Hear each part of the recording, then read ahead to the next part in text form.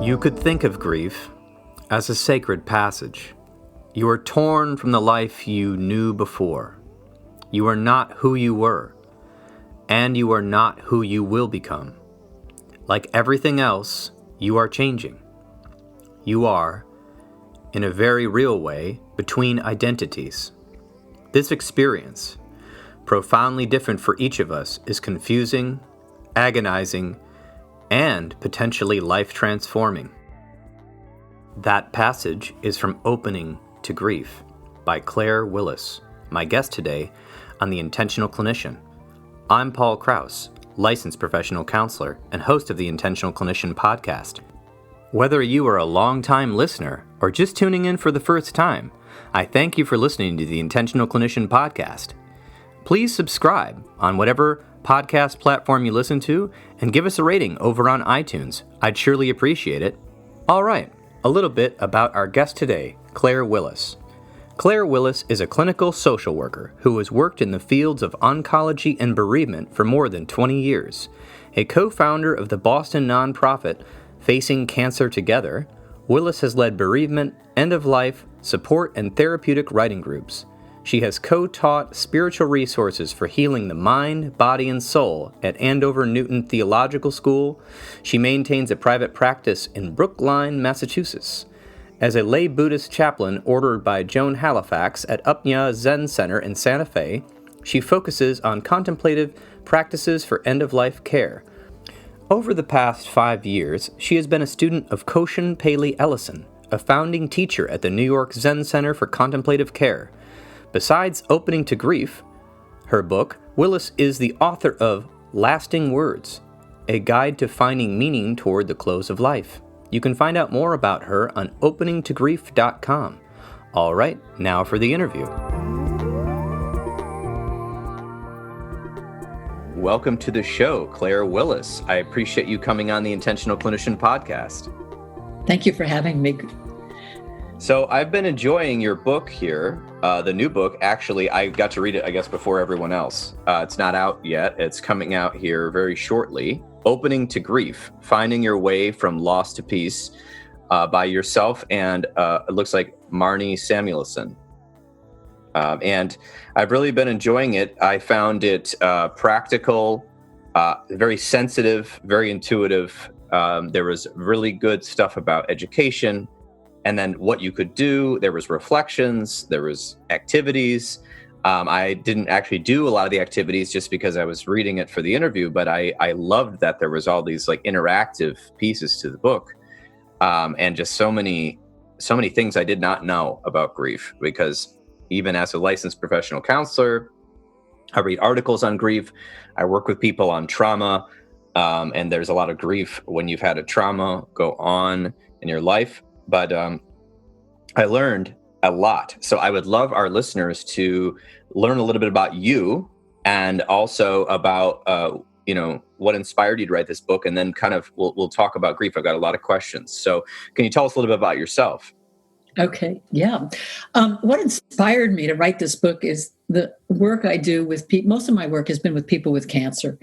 And I love bereavement work. And I love working with people who are dying. I know that probably sounds bizarre, but I feel like the conversations and the relationship you have with someone who's dying has no nonsense in it. It's very pure. And one of the questions that just keeps coming up with people I work with is things like, am I grieving right? Or I lost it. I feel like I was doing okay, and then I fell back today because I broke down when I saw a can of tuna fish in the supermarket, and I thought I was beyond that. And so I wanted to write a book that would feel like a companion to people, a book that would make people feel like whatever they were feeling was normal and acceptable, and give them resources for respecting and honoring their grief. Because grief is nothing more, well, I shouldn't say nothing more, it is a primary form of loving. And so not to allow ourselves to grieve is to cut off the loving we feel for what we've lost. So that's what really drove the book. finding myself saying the same things over and over to people and just wanting to get the shame and the privacy of the pain lifted off of people. That's wonderful. I'm glad. And so it sounds like this is one of my favorite genre of psychology and philosophy books are when people basically are coerced into writing a book by all of their clients and their friends that are saying, would you just write this stuff down? Because, and then you find yourself repeating the same thing day after day. So that's when you can tell there's the pearls of wisdom. And some of my favorite psychology books have been actually written the same way. So I think this is probably why I resonated so much with the book as a practitioner. I thought, my goodness, this is just so accessible to your average person. And I learned a great deal because it was like a reduction, like a sauce, like a reduction sauce that you make. You have a lot of it and then you boil it off and then it makes this really good flavor. And I think, when you're reading all the textbooks, it seems like this whole like intellectual exercise, when in fact, grieving is not real. There's parts that are intellectual and cognitive, but it really has a lot of participation in experiential things that I think people are afraid of, they're ashamed of.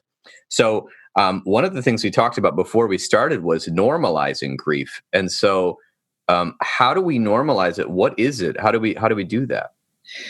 Well, first of all, I want to just say something about the grief to the point you were just making, is that a lot of the endorsers of the book referred to the book as a companion for grief.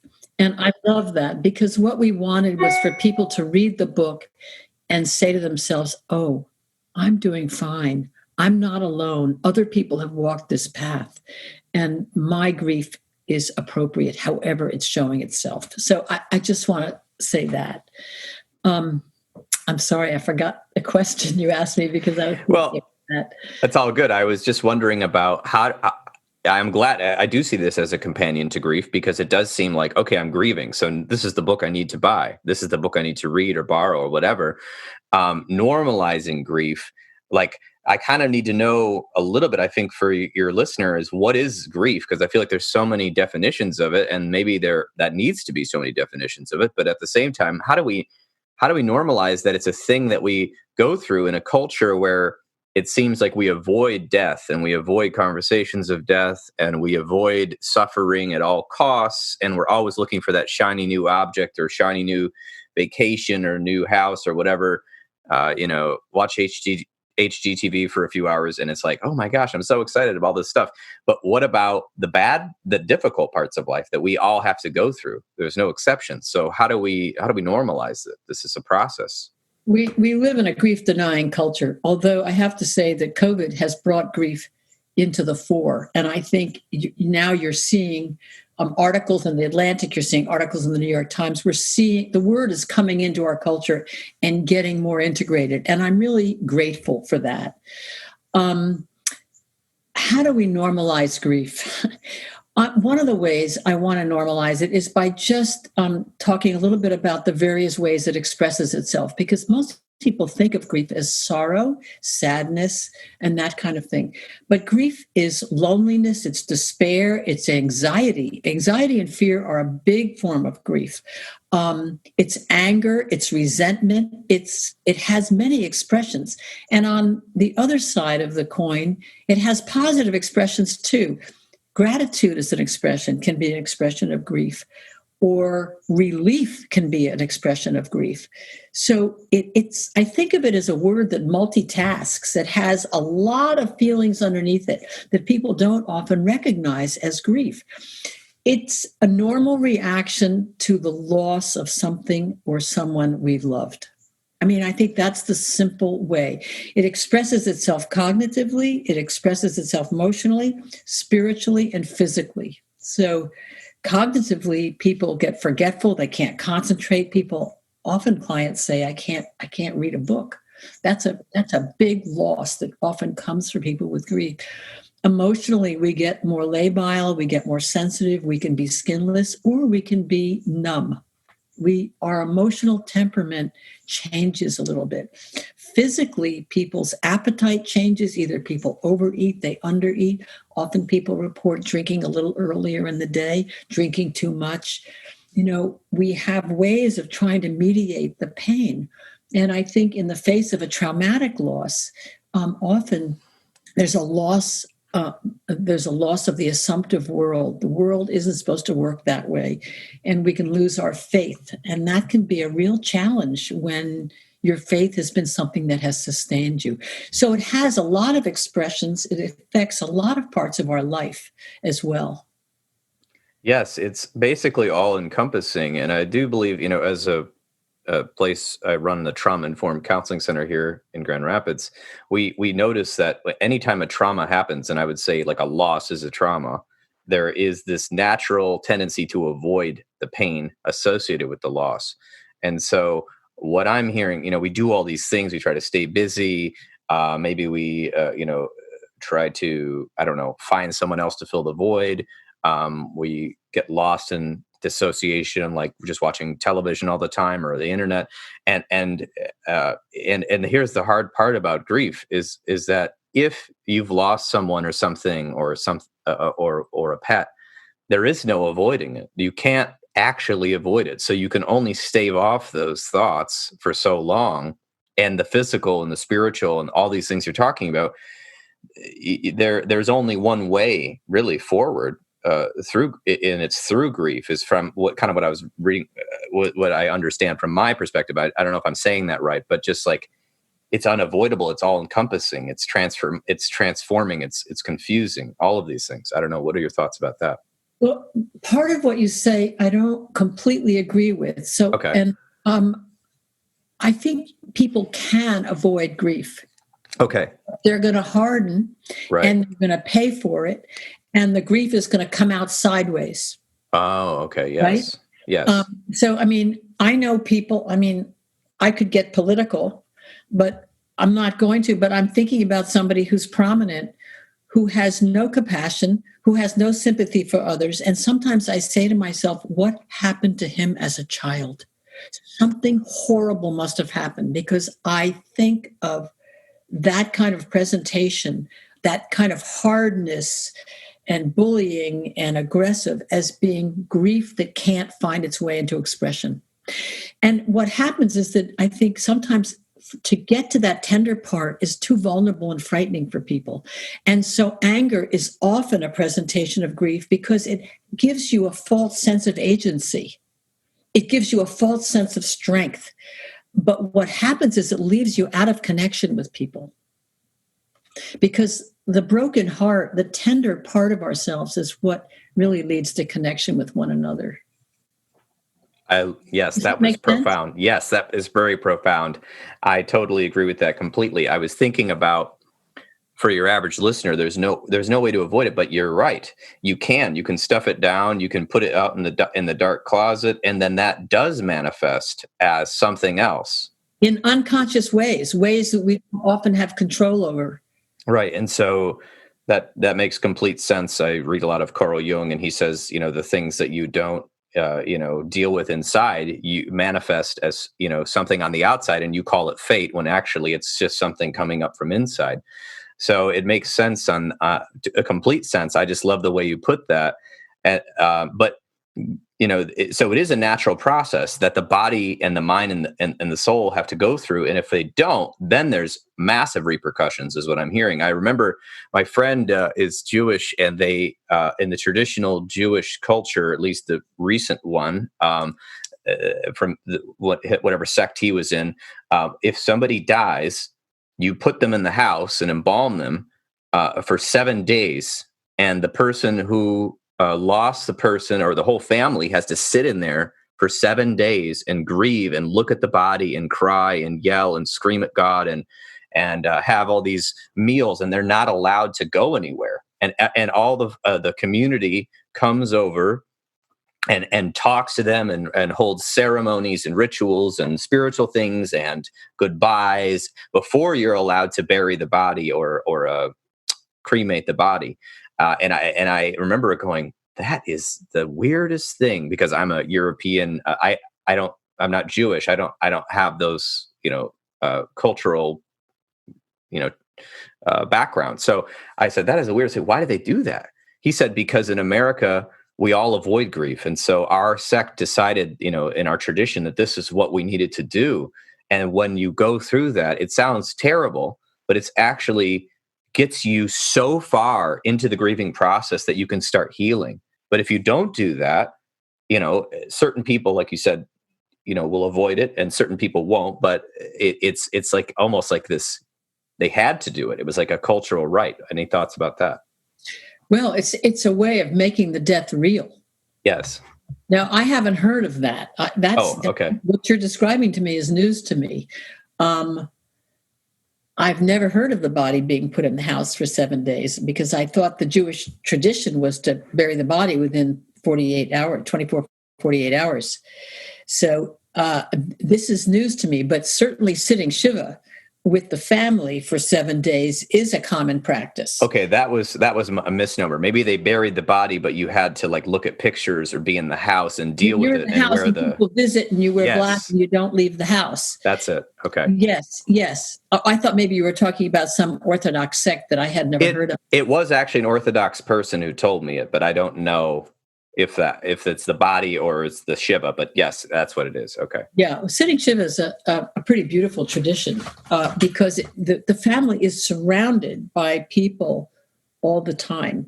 And one of the things that happens when people are grieving is that they'll find that people initially come in and are of support, and too soon they disappear back into their own life, and the person who's grieving is left alone and left to have to reach out on their own. I hear this a lot. People came forward, I hear, who I didn't expect, and people disappeared I didn't expect. So there's a changing landscape of friendships, which actually brings me to another point I'd like to just mention here.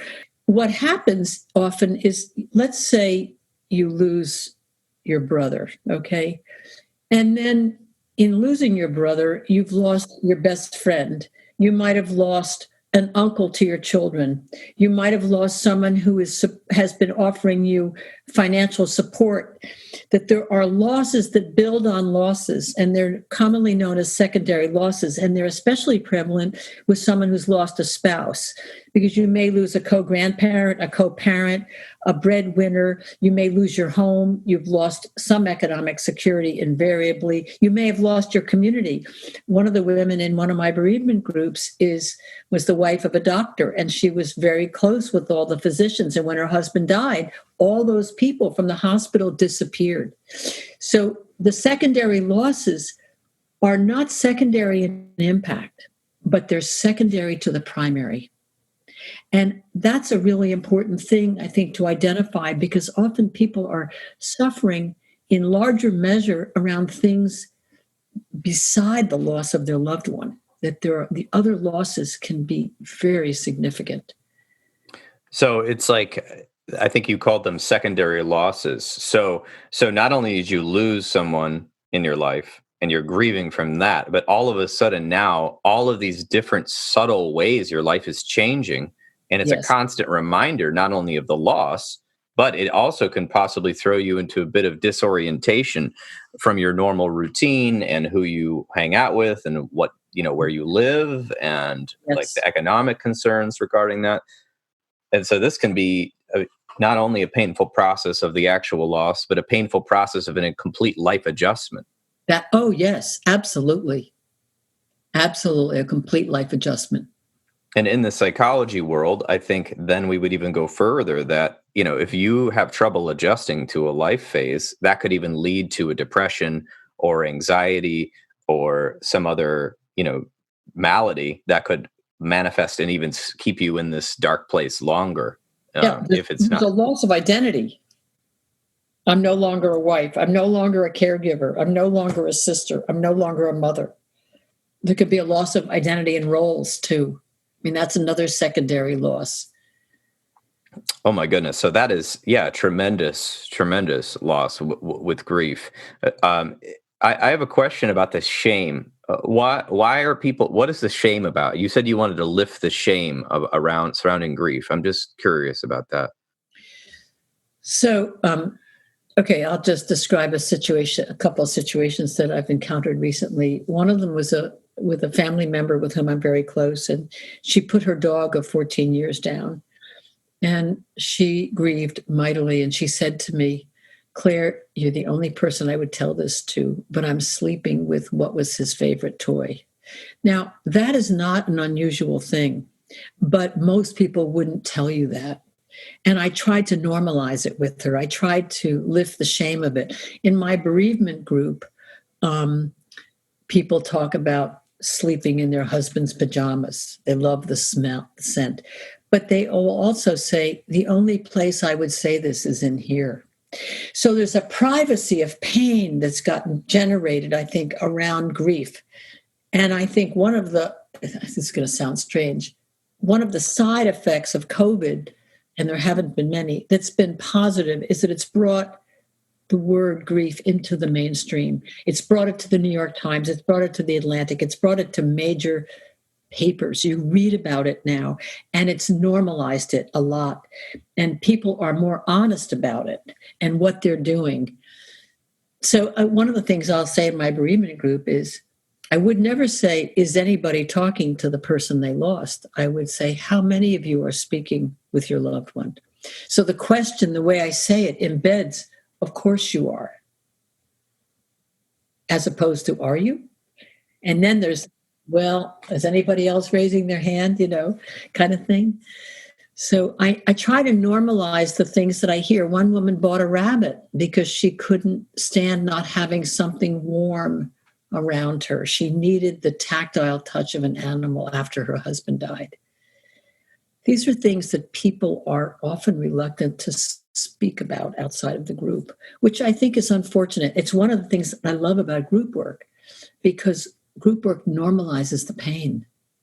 People say, oh, you're doing that? Oh, you are too? Oh, I guess it's not crazy.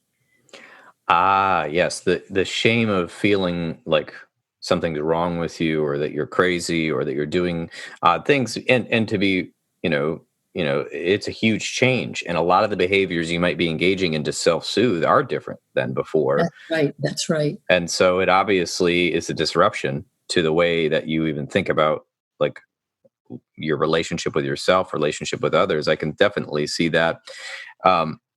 I know you've mentioned this a little bit, but grief is becoming more in a cultural conversation, because not only are we grieving the loss of 200,000 plus people in the U.S., I don't know what the worldwide count is right now, but that suddenly, with this novel virus have died.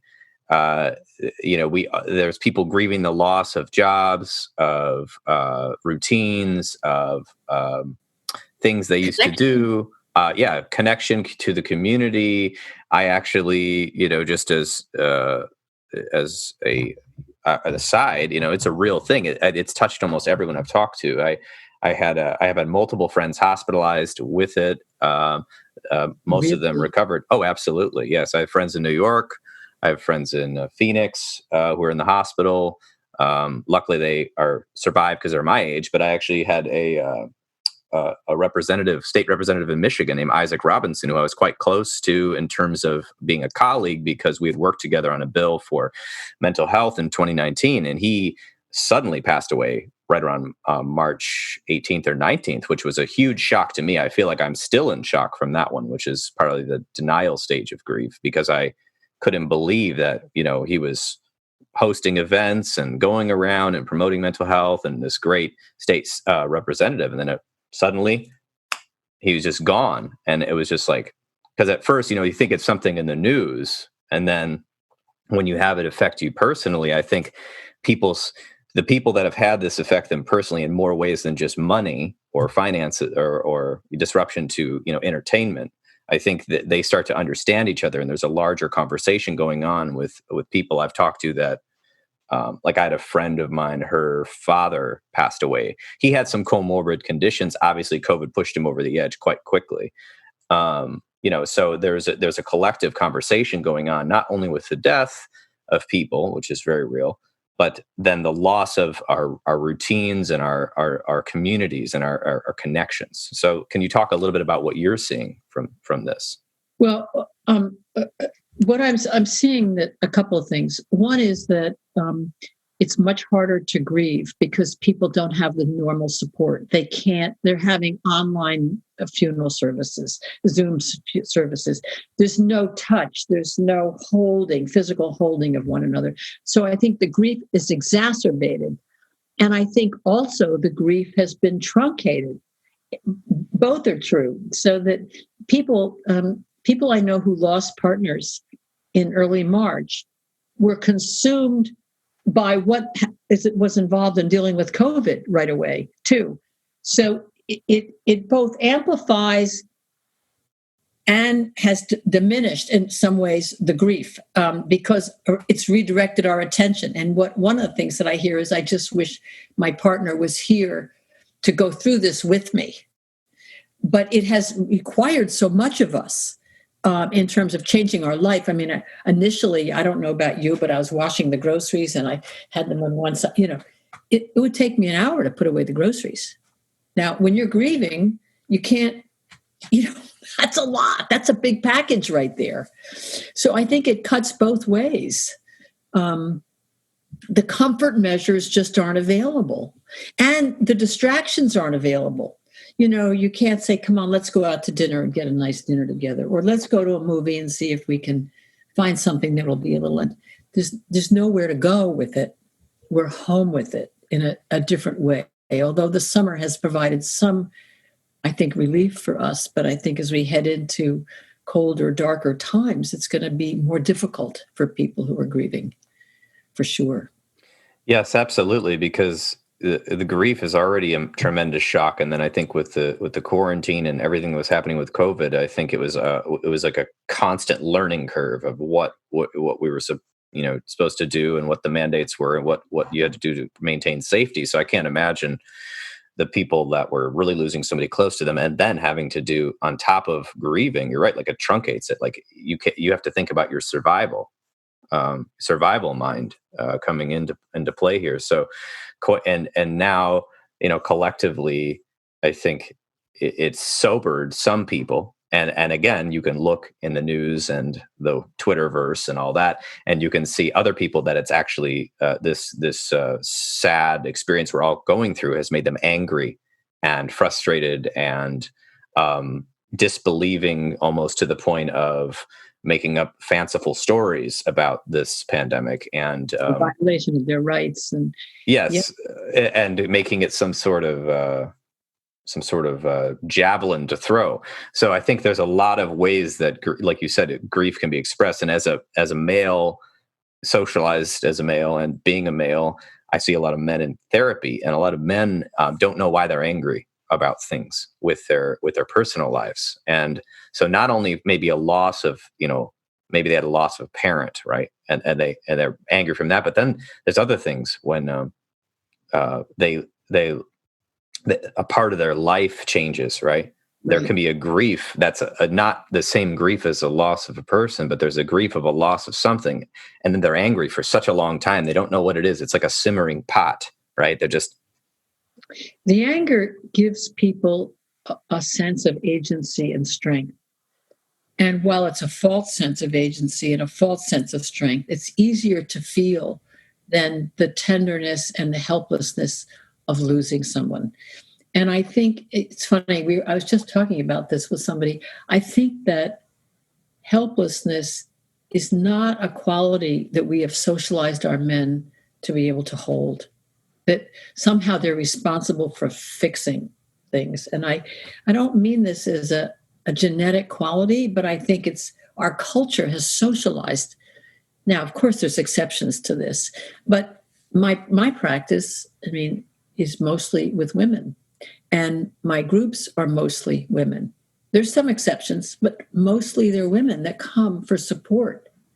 And I think there's a suck it up, move on, get with it expectation that often, unfortunately, men carry, that it's not okay. It's not okay to cry.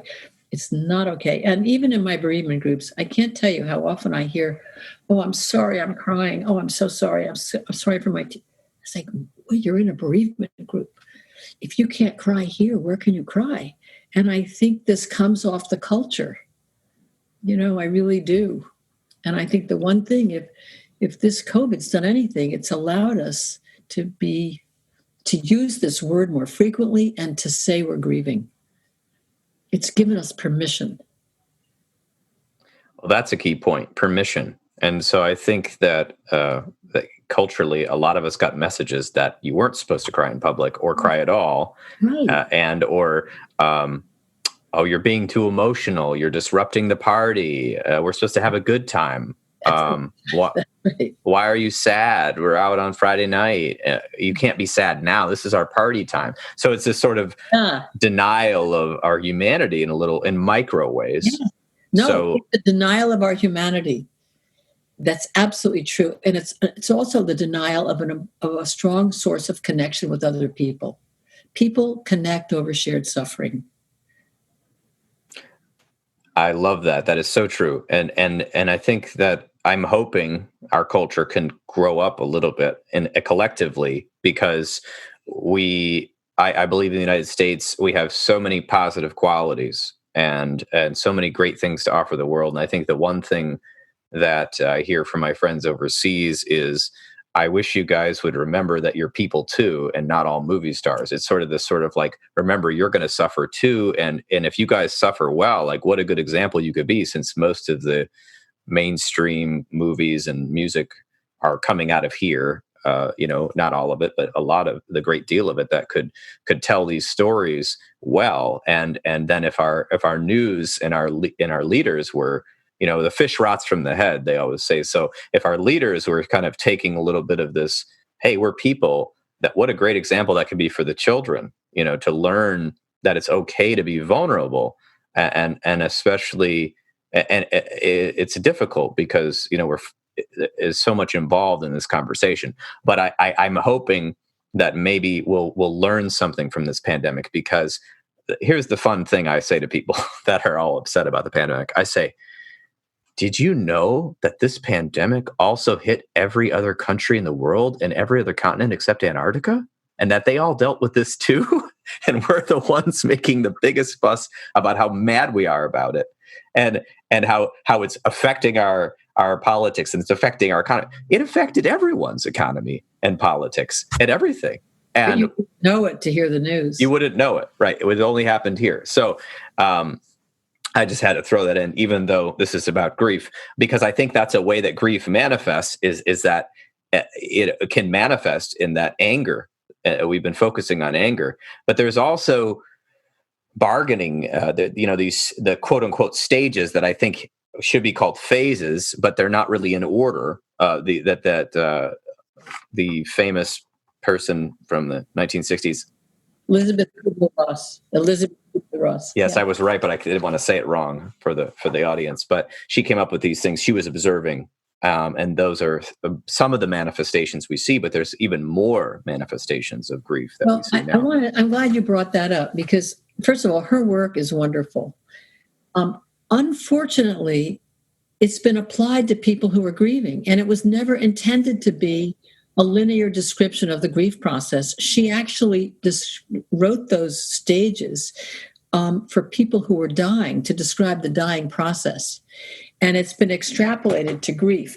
Now, since then, and that's one of the things that happens in the bereavement group. People will say, am I grieving right? Am I in the right stage? I skipped this stage. And her work has really saturated the culture. And I spend a lot of time saying, you may go through some of those things and you may not, but there's certainly no linear progression.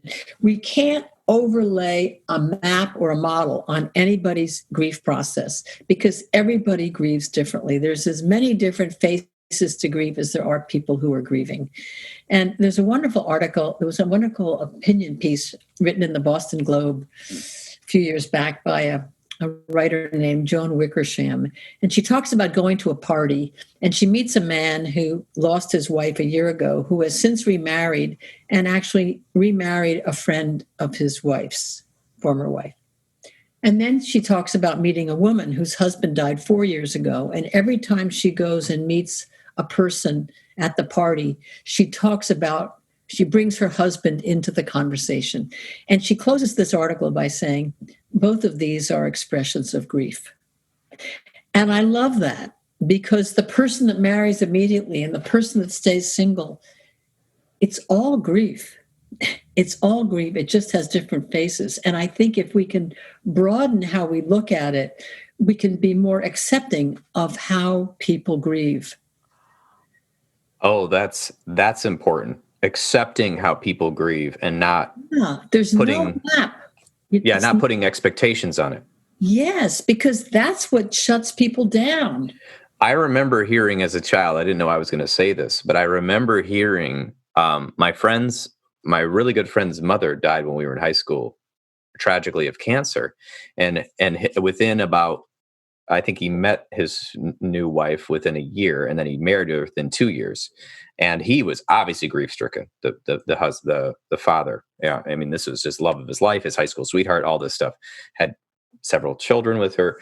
And I remember talking to my friend after he got remarried and saying, "Oh, well, how's that going?" And, "Oh, she's fine. And, we miss our mom, but, she's a nice lady and this and that." And I said, "Oh yeah, well," and something came up and he said, "Yeah, that her grandparents, or her parents, the wife who was deceased, her parents are mad at my father and won't talk to him." And I said, "Why?"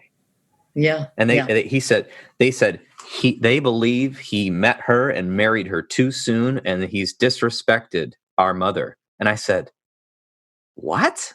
And I was in college. I didn't understand. And I said, well, why? What is he supposed to do? I said. And he goes, "I know." He goes, I don't think he disrespected our mother. He's got her pictures up everywhere. It's not like she's gone, well, not everywhere, but, in his room or whatever.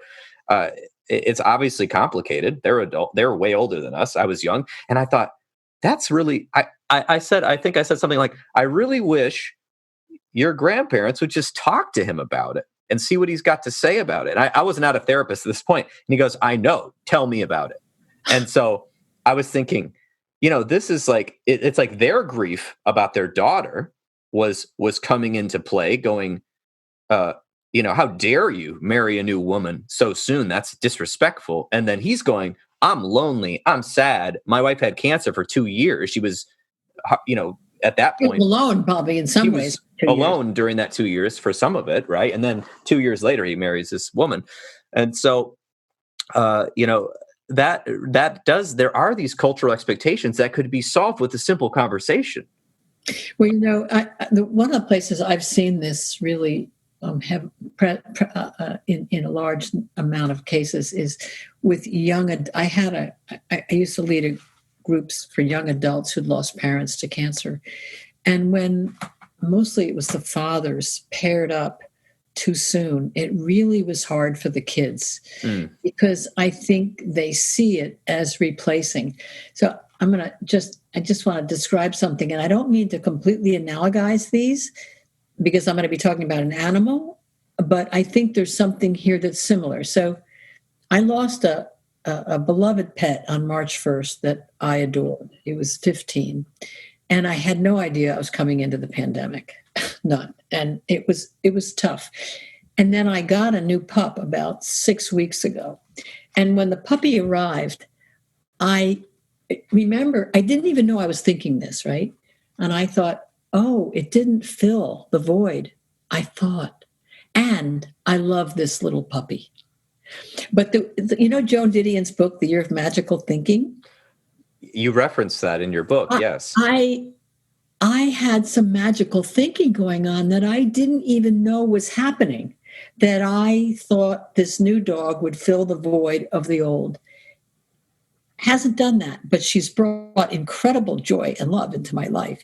And it reminds me, it's the same thing. I think there's some similar dynamics here with people, that it doesn't fill the void, but it brings new joy in. And I think people think of it as replacing. And it's not replacing, it's adding to. I have a couple that fell in love in my bereavement group. Their spouses had died around the same time, and 6 months later in the bereavement group, they were starry-eyed with each other. And now they're living together. Who's to say?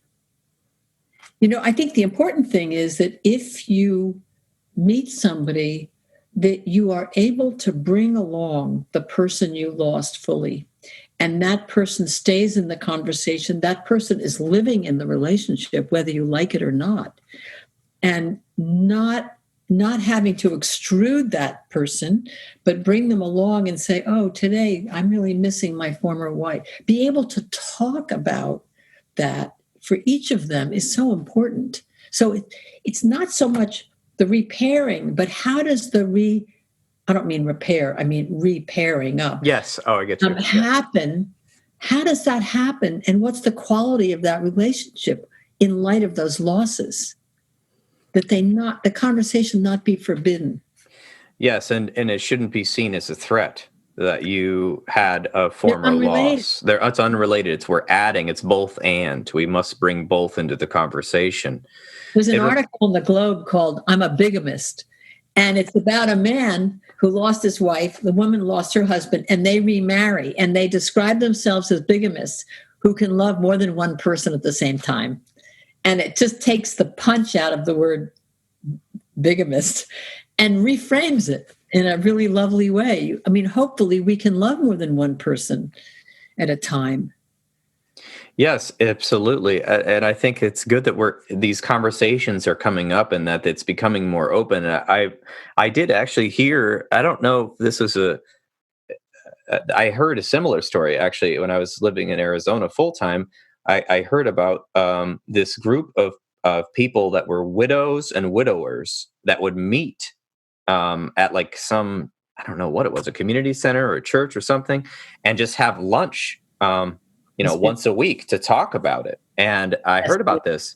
What's that? Yeah. And then I met one of the people from there randomly, and I met a couple, and they were remarried, and they had both lost their spouses to earlier, and they were just like, we both, and I remember them talking openly about it because they were telling me about the group, right? And I remember them saying almost the same thing, like, yeah, we talk about it. We talk about missing so and so, but we're in love too. It's a whole different thing. We're just happen to be older. We're in our 70s, and we love each other, and we don't want to ever be apart. But we also have days where we're upset about what happened, So I think that that's embracing a holistic part of our humanity, is that,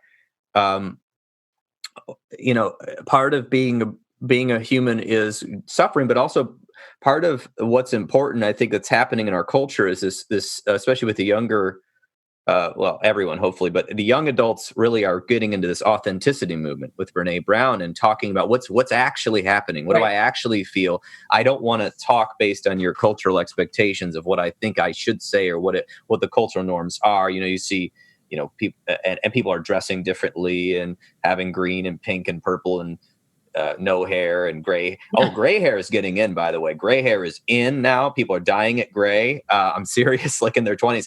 And it's just going, I don't, it's part of an expression, right? I want to express myself this way. That's right. That's right. I think that's important. Well, partly because people couldn't get to the hairdresser. That's also true.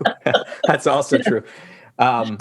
So I think grief, what I'm hearing, and I want to make sure we talk about the resources that you've put into this book and some of these practices, as well, because I want people to know, we're talking about this, but there are so many paths to helping heal the hurt, which what I understand is that it's not like we're ever trying to get over grief. Grief is going to be with us, and it will last as long as it lasts.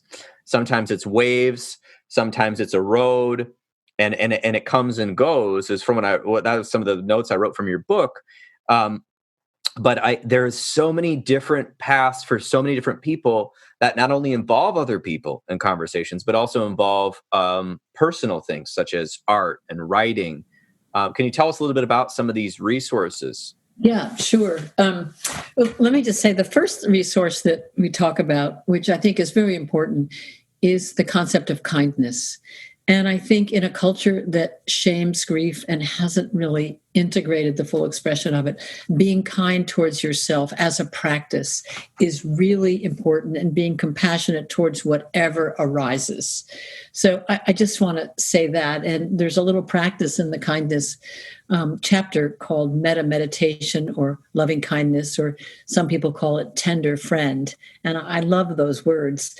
And there are little ways that you create aspirations for yourself. May I be free of fear. May I have strength from my journey. May I allow my grief to, may I allow myself to feel my grief. May I not judge my grief, whatever. So kindness is really, I think, an important start, because if we're kind, we're going to allow ourselves to feel what we feel, and we will find people who can help us hold that. Another chapter that I think is really important is the one on restoring in nature, that the natural world. One of the things that I noticed during the pandemic in March, April, was that we made an attempt every week. I live in the city, to leave the city and go to a beautiful place. It was very sustaining. And when we were writing the book, one of the things that we noticed is that there's a lot of research about this. There's a couple of researchers named Stephen and Rachel Kaplan who talk about restorative environments and beautiful environments. And one of the things that happens in the natural world, which is so unlike most of our daily work, is we're looking at a computer, we're focused, our eyes don't get to rest. And when we go into nature, nothing is asked of us. It's a simply absorbing and receiving time. And it boosts our immune system. It helps with anxiety. It helps with depression. There's a lot of research about it. In Japan, there's I don't think I put this in the book either. There's a practice called, and it's a very popular pastime, called forest bathing, where people go into the forest and just be among the trees. And it's been shown to have a lot of health benefits, and benefits in diminishing our stress.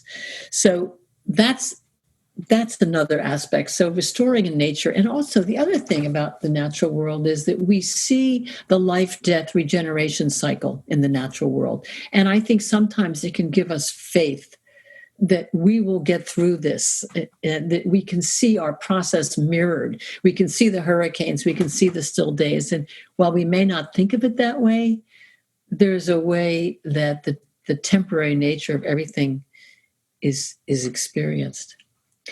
I'm thinking another one of the chapters is writing as a form of refuge. And one of the things about writing that's really helpful is it helps us take a chaotic experience and put structure and meaning on it. Some of my clients write unsent letters to their loved ones. One of the things I hear a lot is, I never want to forget blah, blah, blah. And I've suggested that people take this phrase, I remember, and fill it in. Repeat, I remember, and fill it in. There's a whole book called I Remember, which is nothing but one sentence after another of the author's remembrances. And you will remember. And it's also a time to take out of your life to sit down and remember the person you loved. Another thing we do for writing is we suggest that people create a gratitude journal. And what happens is that most of us our minds are hard, actually, not most of us, all of us, our minds are hardwired towards the negative. We are habituated towards negative. And it's not a bad thing, but it's something that's evolved with time, because at some point in ancient times, it's what allowed us to survive. We don't any longer need to be negatively habituated, but we are anyway. So how do we counter that? So we counter that by lingering with what's good. 10 to 30 seconds. And as we strengthen our capacity to be with what's good, it builds our resilience to be with our grief. So keeping a gratitude journal can be a very helpful thing. And what happens if you write 3 gratitudes down at the end of the day, for instance, you start to look for what is right. Oh, someone dropped off some flowers. Oh, I got a sweet phone call from. So it's important. We're strengthening ourselves by pitching our attention equally to what's right, but not at the expense of our pain and suffering, but alongside of it. So those are three of the chapters: writing, nature, and kindness, which I think are pretty important and pretty universal. Yes, and I'm really glad you put those in there, and I think those are practical things that people can participate in. I think the hard part is, um, science and research backs up the therapy process. It backs up the group therapy process. I mean, to one of the highest efficacy rates in all of medicine. So when we're doing this stuff, we know that it can rewire your mind to be able to help yourself through this, both Right. on a biological level and a psychological level, but also personal and existential. So the trouble is the trouble is, and that's why I like this book, is participation. Is that we've got to participate. There's the community aspects, the friend aspects you talk about in here. There's the Q&A. Actually, you have a whole section of the book that's basically just questions and answers that people have asked you and Yeah. your thoughts about it, which I really liked because they were very common questions, but also a lot of interesting ones. Yeah. And then there's Part of what I wanted to do in those questions was to normalize those questions, that you're not the only one that sits at the Thanksgiving table and no one mentions your deceased husband. This happens across the board. People are afraid to bring up the dead because they're afraid they're going to upset you. They don't realize you're already thinking about that person. Not to go into this whole other topic for a second, but I remember reading about other cultures and even ancient European cultures. It was actually custom to bring up the dead. You were supposed to bring up the dead, like the Irish culture, for instance. It was a way of honoring them multiple times a year. And then how lovely. That's in beautiful. Mexico, Dia de los Muertos, it's all about honoring the dead ones who have passed over. And so, and I feel like it gives you that connection. And I have noticed that, where people don't want to have conversations about people that have died. And it's like an avoidance. They think they're protecting you, but they're actually protecting themselves. That's a good way of putting it. That is a great summary. And I mean, it's well-meaning, but it has a painful impact. Yes, I agree. I agree with that completely. The other day, I had a friend for dinner, and her mother had passed away several months ago. I said, "How are you doing without your mother?" And she said, "Thank you so much for asking." Simple question, because it expresses the willingness to listen to her loss. Most people don't want to hear it, or a lot of people don't, because if you're not at peace with your own losses, other losses can be activating, right? I love the way you describe this, because it's succinct and it's very true. Like, you're right. If I'm not at peace with something, of course I'm going to avoid bringing up our dead grandfather or whatever, because I haven't dealt with it. And so therefore then you can't deal with it. It's like this cycle here. And how do we break that cycle of avoidance? Connection, right? Exactly. No, I said projection. Oh, projection, right? There you go. Yeah. Right. So I was reading. I want to ask you another question, but I wanted to read something. It was one of the quotes you put in your book. Well, actually, two quotes. It's just interesting to me about grief. It was almost like you said grief, a companion to grief, but it's almost like you refer to grief as a companion in the book. It said, okay, here we go. The relationship with yourself you were talking about. And as it turns out, it's the best gift you can give those you love and those who love you. How is this possible? Like having a relationship with yourself. What does it mean to be kind to yourself, to take your own side, to befriend yourself? Think about how you would reach out and be with a friend who has just suffered a loss. You would probably show up and just be there with your friend and listen to her story of all that happened. You might bring over dinners, offer to shop, ask how you might help, show her all the compassion you can muster. Can you embrace your vulnerability, your irritability, your impatience, and even your resistance as deeply human responses to separation and loss? I thought that was just so perfect because it was so simple. It's like, well, what if your friend had lost somebody? How would you treat them? That's how we should treat ourselves. Yes, but most of us would treat our friend better. That's what I'm hearing. Yes, and that's what I'm seeing. I think most people do. They have, we honor our friend, but we beat ourselves up for every little thing, and that is probably exasperated with grief because you're already losing. Yes. someone. I wanted to make sure we covered something here. What about we talked a little bit about before the interview. We talked about loss of pets. Can you talk to me about that a little bit? And there's some and people's different opinions on that. What I hear a lot is that the loss of a pet is really different than the loss of a partner or a friend or a parent. And the grief people experience is very different. And sometimes it can generate a sense of shame. So one of the things that I hear is the loss of my pet was the most upsetting loss I've ever had. And I don't want to tell anybody that. I'm ashamed of that. And I say it's different because it's the love you have for a pet is pure, it's unconditional, and it's simple. The love we have for people is complicated and complex because most of our relationships are complicated. They are mixed with a history that isn't all one thing or the other. So, of course, the grief is going to be different. And to talk about it being more or less is probably not smart, but to think of it as a very different grief. And it might last longer, but it's different than the loss of a person or a human relationship. And I think people are taken aback by that. Usually the grief is pure. There's not a lot of regret. There's not a lot of resentment. There's not a lot of looking back, woulda, coulda, shoulda, unless the animal had, for instance, a traumatic death, which can happen, from negligence or something like that. But, putting an animal down is the supreme act of kindness if the animal is suffering. So it's just simpler. It's not laden in the way often our grief is with the loss of people. I'm really glad you talked about that because I think I was thinking about pets and pets I've had and a pet I currently have. And my wife and I were talking about the other night how she goes, how much better is your life with our dog? And I said, probably like 60%, 70%, because our dog is like this little angel. We trained her a lot to make her that way.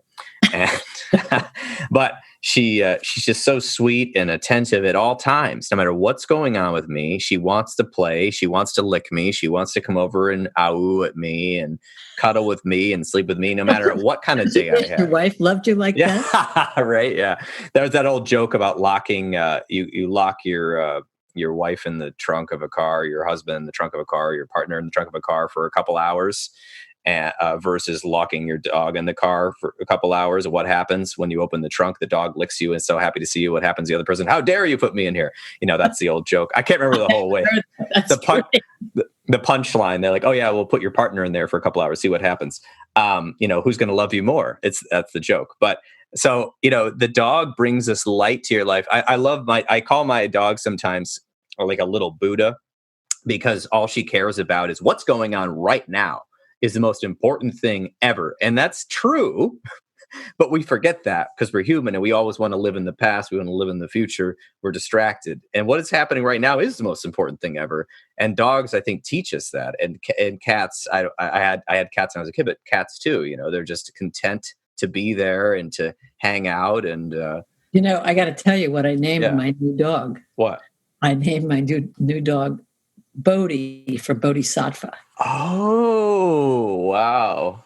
Speaking of Buddha, I just thought you'd appreciate that. I do appreciate that, but just for fun, since we're going there, my dog's name is Shiva. So if that tells you anything.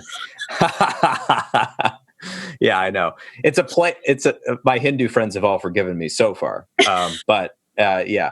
So, it's beautiful. So that I love that name of people. And I know about Bodhisattva. So, pets are another huge thing. And I know we're kind of getting close to the end of your time limit. So I wanted to just invite you for people that are out there that some people are listening to this, they're practitioners, they're clinicians, they're in grad school, they're learning stuff. Okay, that's great. There are other people that are going to be listening to this that just found out something terrible. They're in the grieving process because of the algorithms. They'll be able to search the word grief. They'll find this podcast. What would you say to those people out there that are grieving right now, maybe with acute grief? What I would say, The first thing I would say is it won't always feel like this. Right now, if you've lost someone that you love recently, probably the wallpaper, the rug, the ceiling, and all the furniture looks the same. Grief everywhere. As time passes, generally the frequency, the intensity, and the duration of that kind of searing pain abates as you bring more resources into your life and time passes. But always there'll be probably a gray chair in the living room that you visit in much the same way as if you break a bone, it's searing at first, then you have surgery, then you have PT, and on rainy days, that bone aches. So it won't go away, but it won't always feel the way it does, and it will become more tolerable with time if you allow yourself to be with it. Yes, absolutely. And we all need resources. So Yeah. it's important to, as much as it hurts, reach into resources, people, different things, because just like if I broke my leg, I would probably go to the hospital and ask to get my bones set. If your heart is broken, you've got to seek something outside of your normal habits, because it's not just going to heal with, distraction or alcohol or anything else that you can name that could substitute. Yeah, bring in the resources that allow you to be with it, to allow it to metabolize and move through you, because grief is a form of loving, and we don't want to truncate our loving. So what we want to do is find ways to hold it and be with it, and hopefully that's what this book does.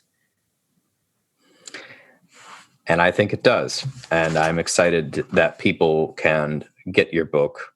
It's coming out very soon here. Opening to Grief, Finding Your Way from Lost to Peace. It's a very interactive book, and it's a low cost offering. So you can get it from the library. I'm assuming at some point it'll be in libraries. Library Journal loved it, so it's in the library. If you can get into your library. Yeah, well, you can do the new thing where you actually give your request, and then they put it in a bag, and then you drive through. They do the drive-through thing once a week. Yeah. That's great. I didn't know that. Yeah. Well, at least that's what they're doing here at all the branches. You drive through, you pick it up, it's got a sack, and you just flash your ID from the car window. So good. Yeah. So we're adapting.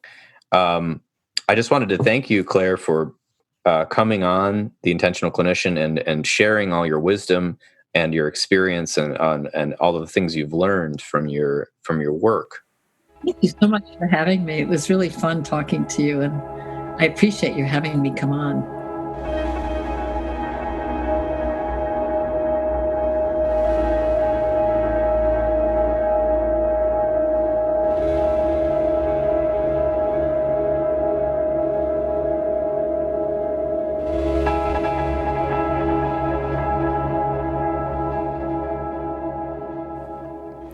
And there you have it. This has been another episode of the Intentional Clinician Podcast with Paul Krauss. If you're enjoying this podcast, please subscribe. I would surely appreciate it.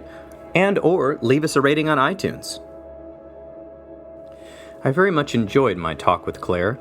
It was wonderful to have such an enlightening, enlivening discussion with somebody who's been so close to the darkness and difficulties that all humans must go through in this lifetime.